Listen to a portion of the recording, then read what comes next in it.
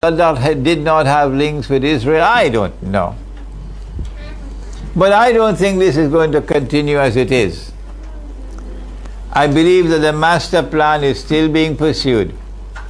In Syria, for example, that if the Assad regime were to be brought down, that the new regime that will replace Assad must be one that will beat the drums for Islam, not for secular Arabism, not Arab nationalism, for Islam to challenge Israel. And eventually that Israel will get what is known as casus bellum, a justification for waging war. Which could be the next country? I don't know how long it will take, but I'm watching Saudi Arabia. How do we respond to those who insist that a 6-year-old can be married? What we have done, students of Maulana Fadlur Rahman Ansari, is to give you methodology and to demonstrate that based on the verses of the Quran, which I have not used in this session, this hadith is in conflict with the Quran. And if a hadith is in conflict with the Quran, that hadith must be considered to be fabricated. The Quran clearly does not permit marriage with a child who is 6 years of age. Where is the evidence? If you have the time, we can do it for you. Okay? This is the methodology I would suggest.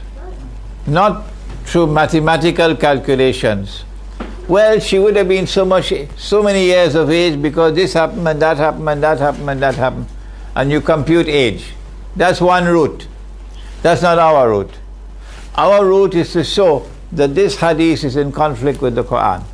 Like the hadith which says that women, because two women's witness of two women equal to one man, it demonstrates that women are inferior to men.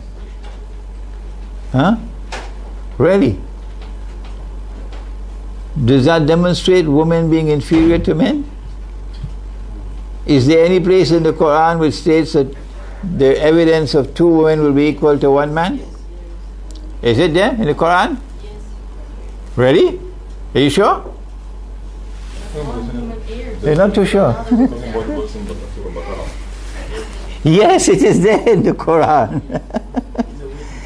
On matters, for example, where there's a financial transaction, put it down in writing. Okay? Put it down in writing, financial transactions.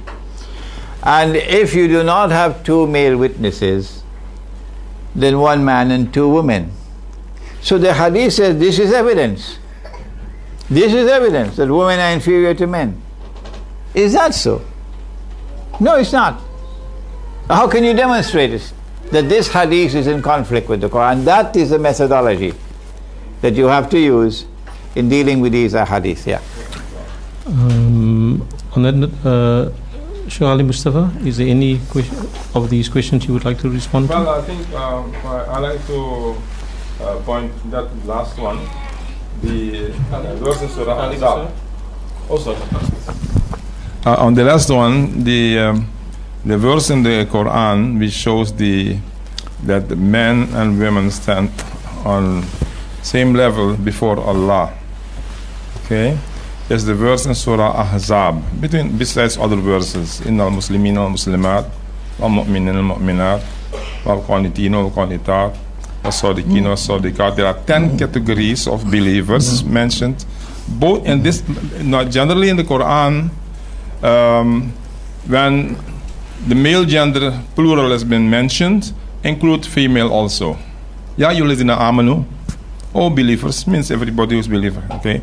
All mu'minin means all male and female believers. But in this particular verse, it seems that Allah wants to impress upon us that all the 10 categories of believers, male and female, and both the genders have been mentioned, are on par before Allah.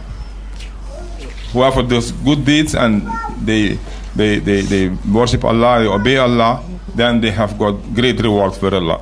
So the reward won't be less because it's a woman. or the degree will not be less because it's a woman. That's what I wanted to say.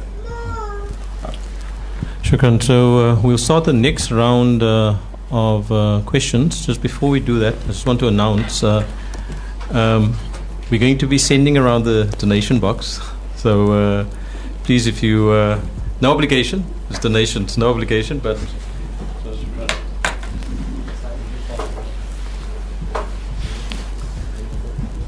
okay. So we can commence with the next round of questions. There's a question here, so I'll proceed. Yeah. First. Well, I'm taking the cue from you. Who's first? And then you second. My name is Khadija, and my question is with regard to polygamy.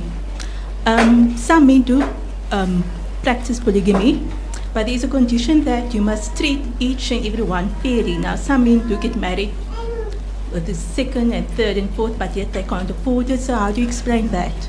Thank you. Thank you. I didn't understand the question. I'll explain it. You want to repeat? Yes. Yeah, please. You can repeat. Okay, my question is with regard to polygamy. One of the conditions is that when a man gets married to the second or third wife, he must be able to afford it or treat them fairly.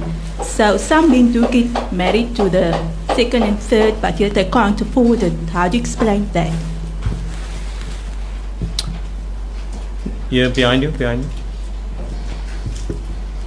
Sharif Muhammad. Sheikh, I would like to ask you a question in the sense that it's more to, I may be exposing my ignorance in the sense that I have not done an intensive study on Gog, Magog, Dajjal, and I would like you to sort of arm me. So if we go into that field and with non-Muslims and on this particular topic, they will mention to me and they'll tell me, who is Gog and Magog? Are they males or females? And when will Gog be born? When will Magog be born? And when will Dajjal come? And what's their purpose? And why is it relevant to this in this time and age for me to bring up the topic with these non-Muslims? The ayat in the Quran where Allah says, we've created mankind into O assembly of jinn and men, you shall travel through the zones of the universe, not except with my permission. Now, we know Iblis, Lucifer, who was expelled because he did not want to submit to man. What's the interaction between Iblis, Lucifer, and Gog and Magog? And will there be some form of an interaction in the sense that Lucifer did tell Almighty Allah that he will mislead the children of Bani Adam?